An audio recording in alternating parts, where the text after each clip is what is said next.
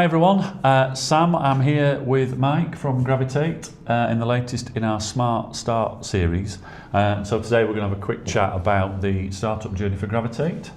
Yeah. So, yeah. Been a pretty wild one so far. Yeah, I bet. So yeah, tell us about it. So how long's Gravitate been going now? So it's been going, it's going to be coming up to 7 years in July, August time this year. So yeah, and it's felt it. Bit of a roller coaster. Yeah, a lot of a roller coaster to be fair, yeah. Yeah, so how, obviously I know a little bit, but for the viewers, how did Gravitate come to be? So I mean, we go right at the beginning. It sort of started before we set up Gravitate. So myself and Sam, we both worked at another local accountancy firm in Sheffield. Yeah. And we sort of set up a department back then, which is delivering what we do now, which is more advisory services, do all the compliance stuff. But we set up that type of department and we worked really closely together. And obviously both really enjoyed it. And I went off a couple of years, went into industry, a couple of big PLC companies. And then Sam had got an idea where he thought we could probably replicate this. Yeah. And he set that back up in 2019. Mm-hmm.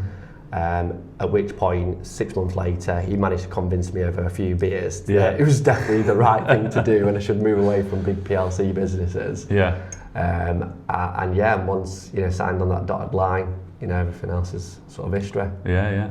What was that first sort of couple of years like?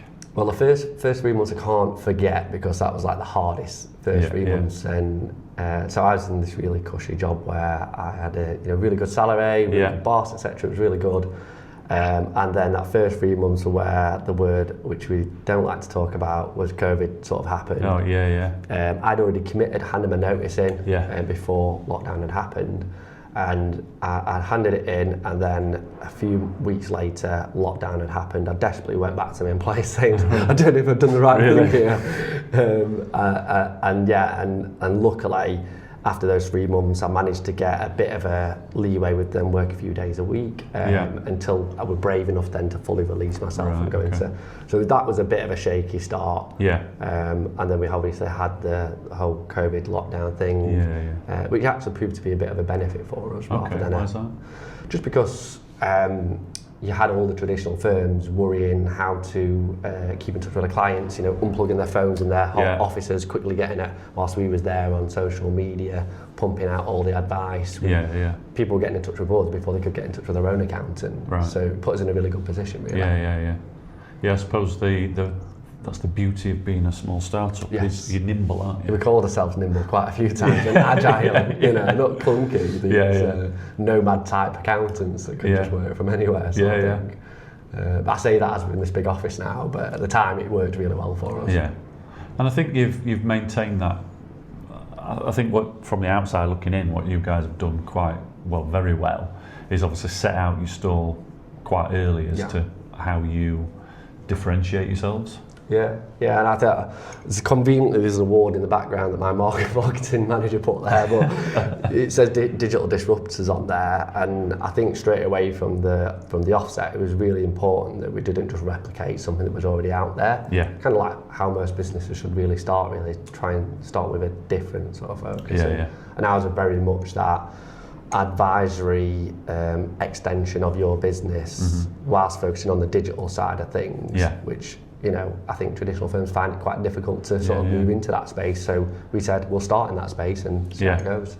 And we still talk. I still talk to accountants who say, complain about the clients that carry a bag full of paperwork in and say, "Here you go, do me tax return."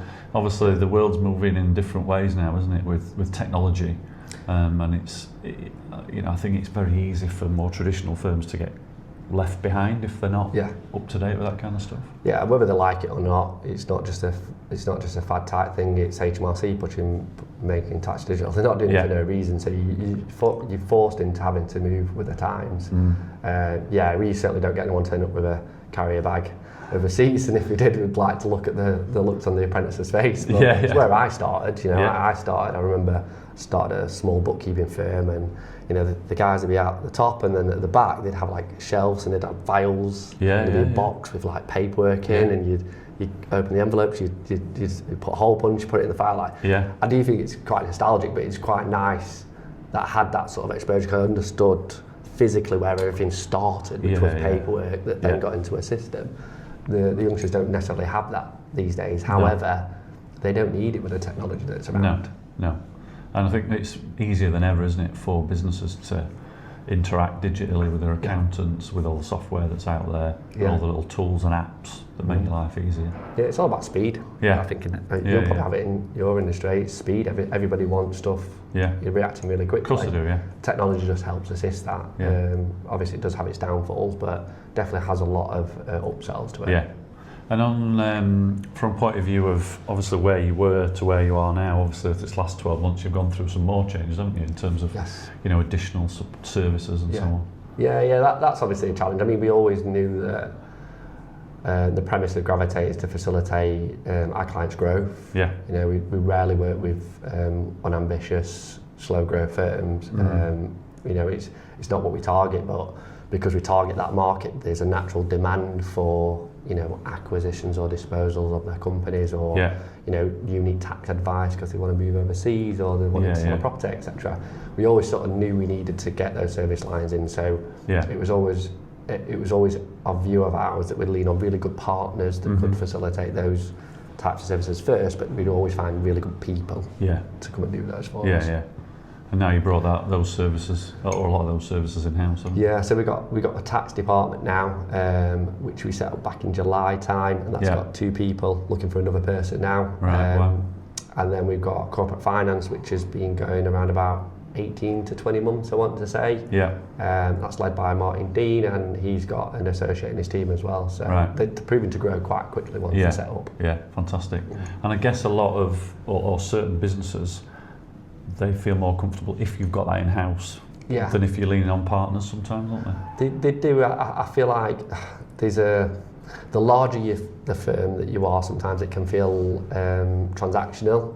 So for us, it's about keeping those relationships really close. So you're right, they will feel more comfortable that you've got their service lines, but they've still got to feel right when they move from accounts to tax to CF. And the only way we can do that is by keeping it under one roof, under one building, and keeping everyone aligned. Keeping control on your the only service and your brand. You've got to really focus on, which we do really well. Yeah, fantastic. What's next?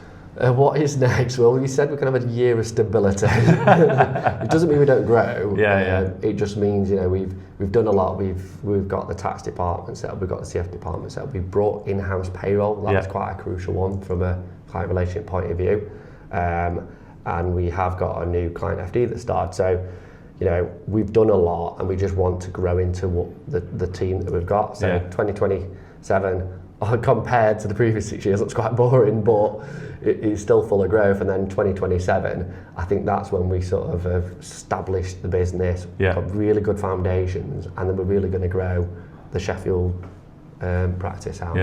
Huge. Fantastic. Sounds great. Looking forward to it. Yeah, I don't know if I am. Brilliant. That's great, Mike. Thank you for that. I hope you've all found that useful. I know I have, and we'll see you again next time. Bye-bye.